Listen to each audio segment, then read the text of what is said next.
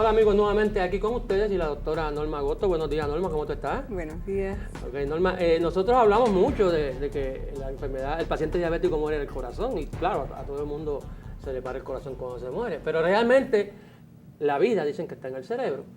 Así es. Sí, y entonces, de hecho, declaramos muerte cerebral cuando muerte al paciente cuando el cerebro deja de emitir de llevar a cabo sus funciones. Y nosotros no hablamos de los problemas que tiene el paciente diabético en el cerebro. Así que me gustaría que habláramos hoy sobre la enfermedad cerebrovascular. ¿Qué es eso?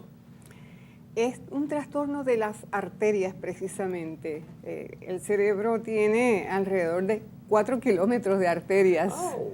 Así que está circundado, nutrido por arterias, por vasos. Y estas tienen unas capas y van de un tamaño mayor a uno menor hasta muy fino. Y son las microarterias, arteriolas y pequeños vasos.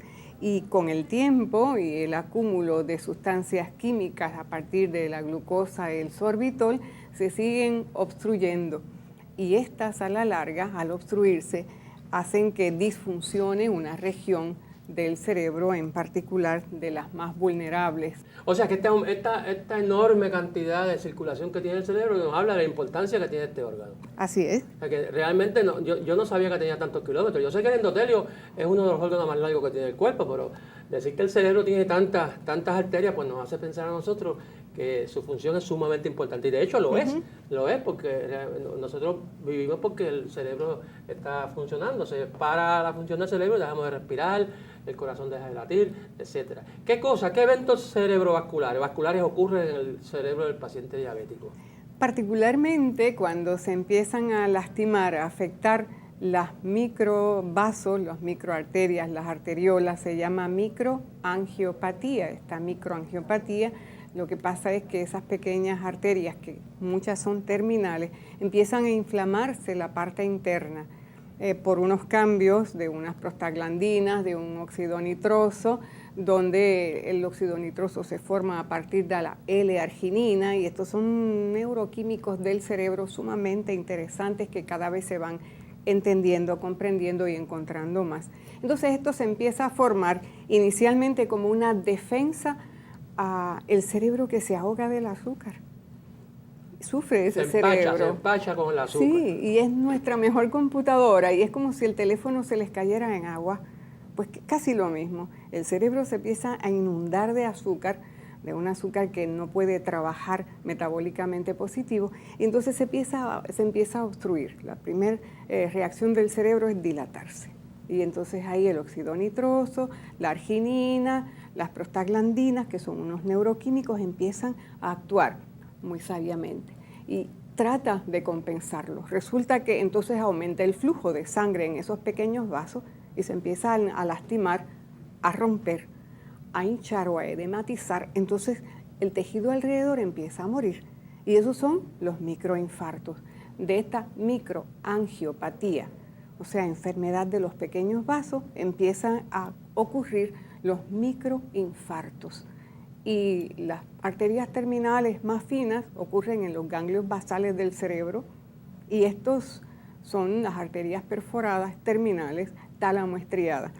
Resulta que estos son los que controlan el movimiento. Uno de los primeros movimientos, de los primeros trastornos que se ve en los pacientes diabéticos que empiezan a tener trastornos de la memoria, trastornos del juicio, trastornos del conocimiento, que esto ya es uno de los tipos demenciales, es un tremor. Ese tremor es por una angiopatía vascular de la base del cerebro, de los ganglios basales. Entonces empiezan a temblar, ustedes les ven que la taza le empieza a temblar. Esto es uno de los primeros síntomas. Después probablemente vienen a la región frontal, y ahí esos pequeños vasos empiezan a lastimarse, a crear pequeñas áreas de tejido muerto alrededor, que son microinfartos pequeños, y esto da trastornos del juicio, de la memoria posteriormente, cuando ya se dispersan y se hacen a unas arterias un poco más grandes, que son las regiones temporales. Y ahí entonces empezamos a tener trastornos de memoria inmediata, porque esas memorias están más superficiales en la corteza del cerebro. Y después memoria bien retrógrada, lo que se llama memoria pasada o retrógrada. Así que tenemos el cerebro que se nos va dañando en esa cantidad de vasos y por áreas más vulnerables. Esas áreas más vulnerables usualmente son de la evolución misma del desarrollo fetal, que así somos, así va desarrollándose a lo largo del tiempo. Y las últimas que se formaron son las primeras que se dañan, porque eran más frágiles, más débiles, más finas y más distantes. Así que esto es lo que tenemos en el cerebro. Se nos empieza a lastimar la pequeña circulación y luego la macrocirculación, al igual que la retina y el riñón y las extremidades. O sea que esa pérdida de memoria que vemos en el paciente diabético que tiene 65 de años, no le debemos poner el sello de Alzheimer. Ciertamente, ciertamente. O sea, que eso sería, porque nosotros, se me olvidan las cosas, se me olvidan las cosas recientes, se me olvidó dónde puse las llaves. Eso es, además de que es parte del proceso de envejecimiento, en el paciente diabético son microinfartos, por lo que tú acabas de decir. Las pequeñas conexiones, esos chips que pequeñitos empiezan a fundirse y la persona empieza entonces a desorientarse y puede empezar a que se le olviden las cosas. Cuando nosotros hablamos, por ejemplo, de lo que se llama una tía, o sea, isquemia transitoria. Isquemia transitoria. ¿De qué estamos hablando? Que no tiene nada que ver con la tía de uno, sino isquemia transitoria, la palabra en inglés. También le da a las tías. Bueno, la isquemia transitoria se trata de más o menos lo mismo. Es un ictus, se llama en castellano correcto, latinizado. Es un episodio breve donde esas arterias mayores subiendo por las carótidas a las cerebrales medias se contraen. Al contraerse no dejan pasar sangre y el cerebro, siendo la mejor computadora, la más perfecta, disfunciona. Y entonces hay como un apagar temporero de las funciones. Por definición debe durar menos de 24 horas y debe recuperar. Isquemia transitoria. Y recuperar completamente. Se recupera completamente. Y tenemos que estar bien atentos a esto. Ayer me pasó el caso, una paciente estaba de compra, me llama porque había dejado de hablar, que no y puedo hablar, que entonces me llama la hija y yo le digo, bueno, pero pónmela al teléfono, estaba balbuceando, esto es una disfasia. Le digo, llévenmela de inmediato a sala de emergencia. Porque si bien en el caso del corazón, cuando hay un dolor que es una angina, es un caso urgente, es un impending MI, un caso grave, hay que llevarlo a sala de emergencia y probablemente se lleve a intensivo. También en el cerebro, cuando hay estos trastornos de isquemia transitoria, hay que darle la importancia que tienen, porque resulta que puede uno lastimar la función del cerebro permanentemente, pueden dejar de hablar, pueden tener una hemiparesis si es en el lado dominante. Recuerden que el cerebro es cruzado para protección, se cruza en la parte posterior, son dos hemisferios y las fibras se entrecruzan a nivel de C4, cervical 4, para protección del cerebro. Pero asimismo, la arteria que sube por el lado izquierdo, que es casi siempre el dominante en el 98% de las personas que controla el habla, se lastima. Y es bien difícil el resto de la vida sin hablar porque no se tuvo el cuidado de atenderlos. Y se atienden en salas de emergencia, en intensivo. Se trata de dilatar estas arterias que se cerraron y se destapan. En muchos casos no estamos dando esperanzas que en el 90 o 100%, pero podemos tratarlos a tiempo. Y si esto le pasa, tómense una aspirina. Con una aspirina podemos prever muchísimos trastornos cerebrovasculares. Una aspirina. Y esto es importante, esto que tú acabas de decir, Norma, sobre tiene que ir a la sala de emergencia. En la sala de emergencia deben entender que es igual que un infarto. O sea, no sabemos si el corazón se dañó hasta tanto no en el post, las enzimas cardíacas, la evolución. En el caso de la isquemia transitoria, no sabemos si se va a convertir en un stroke hasta que no pasen 24 horas. Y mientras más rápido actuemos, tanto si es una isquemia transitoria como si es un stroke, mientras más rápido actuemos, ahora con los nuevos centros estos endovasculares que tenemos en Puerto Rico, podemos trabajar a ese paciente y podemos evitarle daño posterior al paciente, de tal manera que podemos prevenir el famoso stroke. Entonces lo que hace el stroke es la trombosis de la arteria del cerebro, lo mismo que pasa con la arteria en el corazón. Así es. El territorio que irriga esa arteria se muere a menos que ese montón de arterias pequeñas que hay por ahí puedan subsanar el déficit de alimentación, de llevar sangre a ese territorio.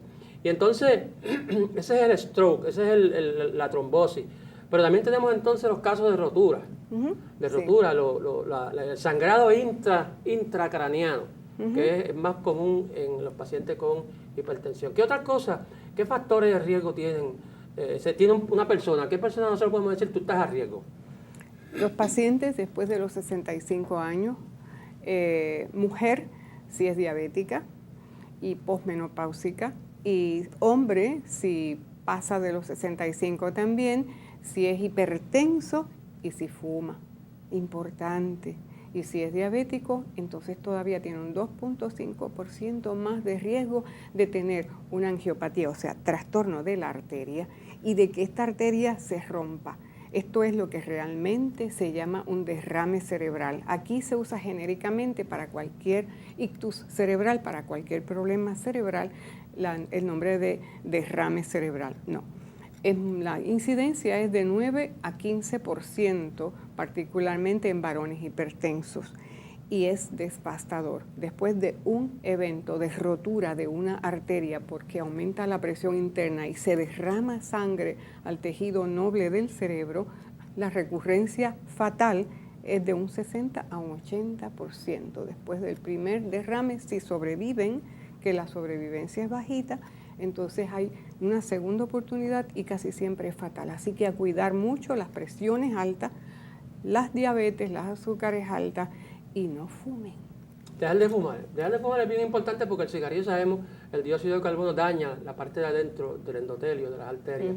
Y entonces eso crea lo que hablamos hace un momentito de acumulación de óxido nítrico, que es un agente, ¿verdad?, que lo que tiende es a promover la inflamación en el endotelio y permitir que entonces penetren las moléculas de colesterol. Amigos, no se retiren porque en un momento volveremos con este interesante tema y la doctora Norma Agón. A continuación, unos datos educativos para que estés en alerta. En un accidente cerebrovascular, el cerebro no está recibiendo suficiente oxígeno. Si observa uno o más de los siguientes síntomas, no espere y acuda a su médico inmediatamente.